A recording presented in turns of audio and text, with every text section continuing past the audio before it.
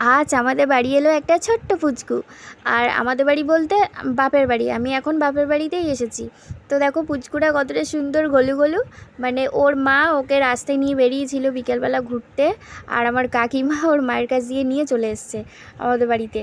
তো পুচকুটাকে বাচ্চা দেখলে কান্না নিতে ইচ্ছা করে বলো, তাই আমি ওকে নিয়ে নিয়েছি। আমার তো ভীষণ ভালো লাগছে, আর সত্যি বলতে বাচ্চা তো আমার খুবই ভালো লাগে।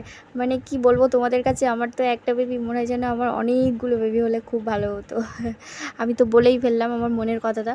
তো দেখো, আর আমার বাবু ওকে জল দিতে আসছিল, মানে ও বাচ্চা ভীষণ ভালোবাসে, কোনো বাচ্চা দেখলে তো ও হামি দেবে, জড়িয়ে ধরবে, কত কী করবে, ভীষণ আদর করবে।